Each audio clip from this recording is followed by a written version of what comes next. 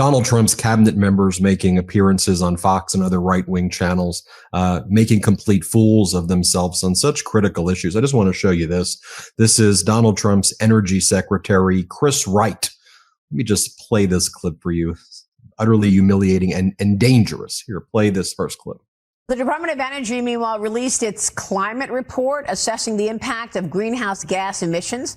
It includes carbon dioxide-induced warming may be less damaging than previously believed, which many people expected. The DOE is receiving pushback, however, from the New York Times. The Times writes that the Energy Department is attacking climate science in contentious report. Secretary, your reaction?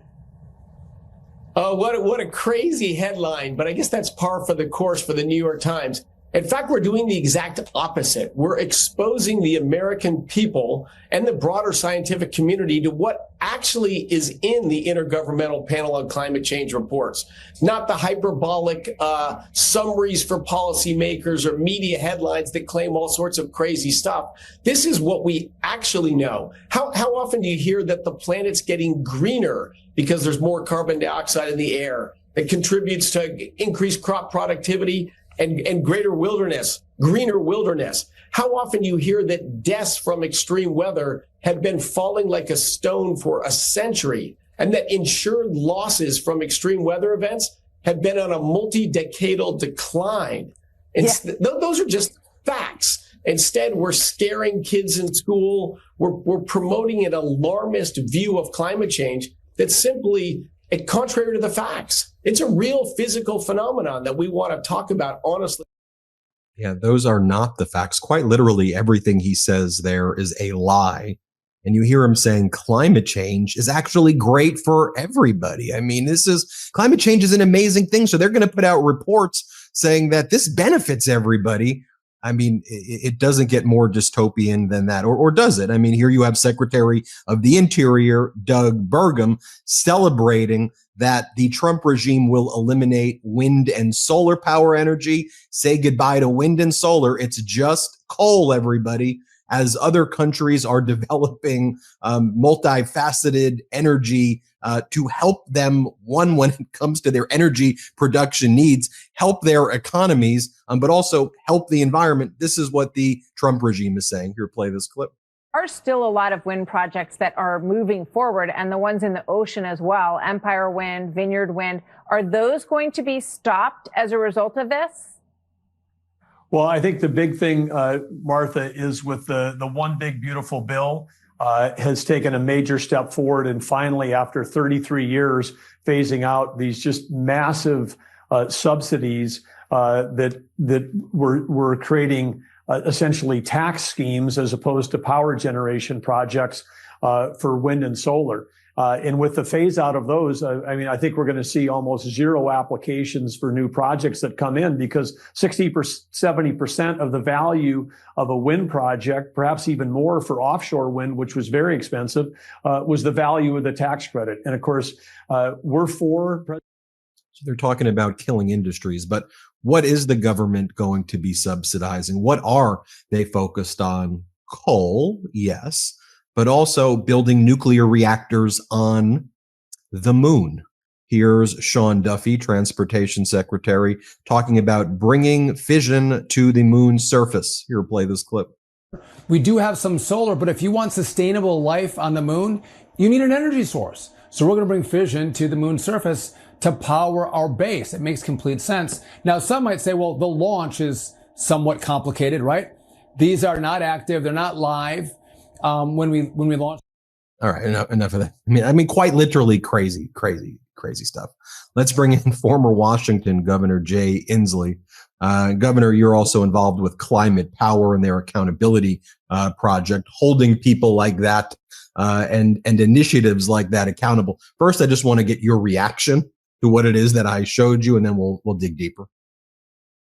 Well, I guess what I'd say is that they have fully embraced the flat Earth society approach. The next thing I expect is that they will order NASA not to show any photographs of the Earth showing it's round, because that would distort their flat Earth approach. Look, I was a governor, and when you're a governor, you deal with the real world. And the real world, for me, was trying to take care of the people in Medical Lake and Malden. These are two towns in eastern Washington that totally burned down because of these wildfires that we're experiencing, that by fact, and if you want to talk about facts, they've increased they've doubled in the last 30 or 40 years in the western United States. It's trying to take care of the flood victims. It's not just Texas. The flood victims, I remember talking to a family that had one flood. They spent a year rebuilding their home, and they had a party, and the next day they had another flood. It went right through their picture window, trying to take care of them. It's trying to take care of the agricultural people.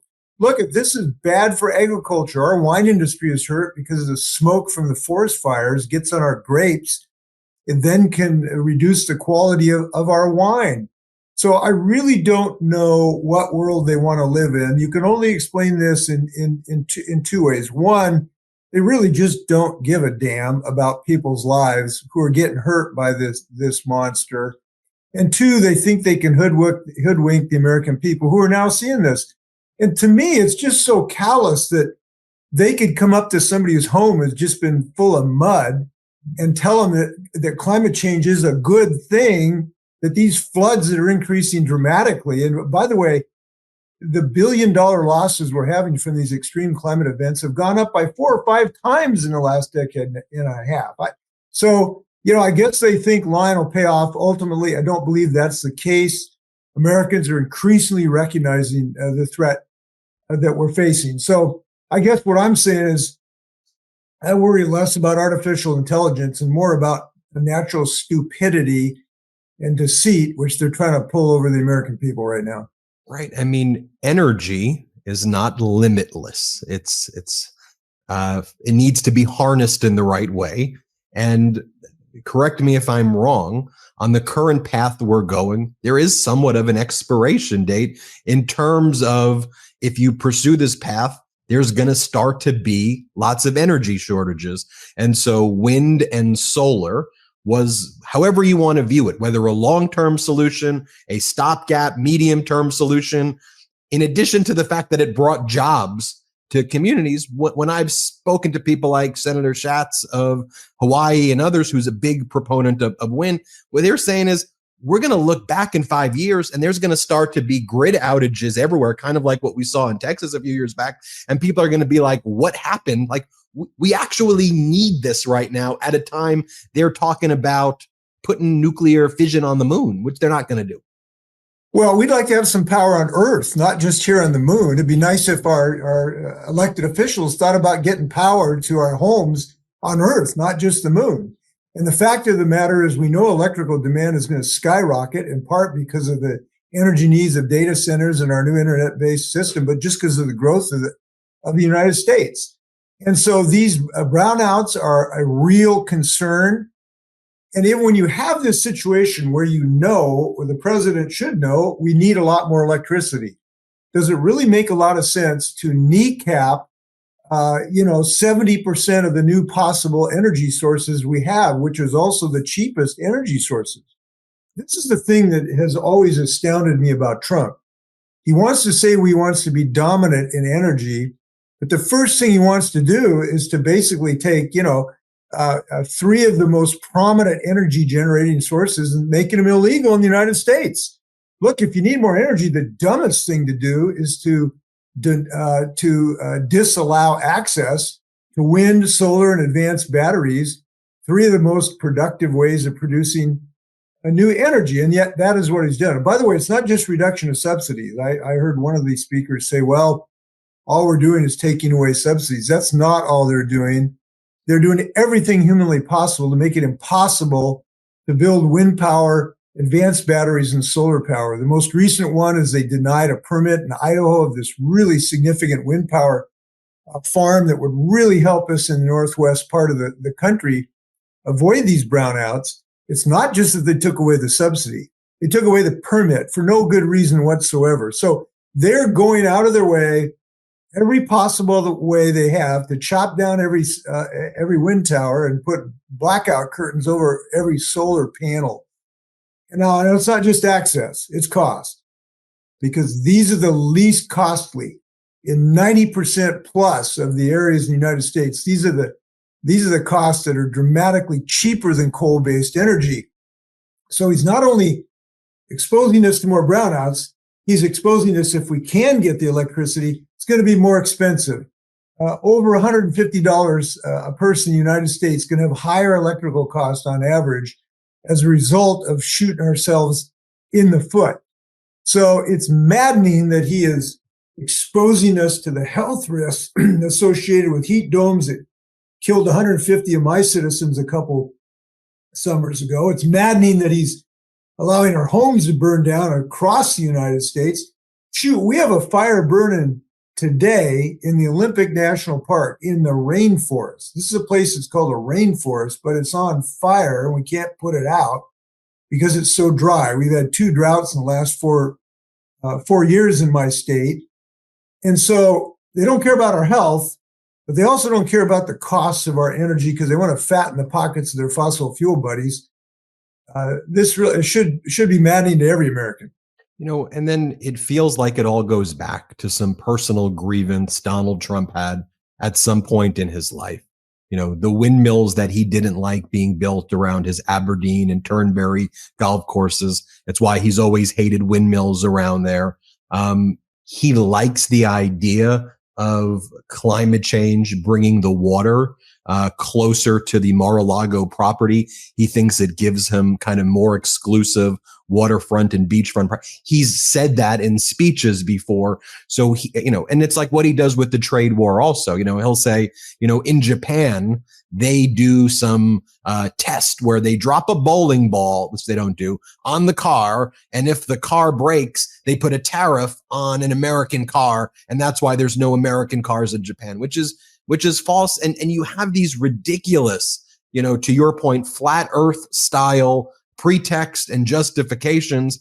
And then all of these people around him, the enablers, then start building the reports and building the junk science, the fake stuff to dismantle things based on, and then they go, it's so crazy that you would say things which are like facts. And then the crazy things they talk about, like building nuclear reactors on the moon where people can't even afford groceries. Like that's what we want to do.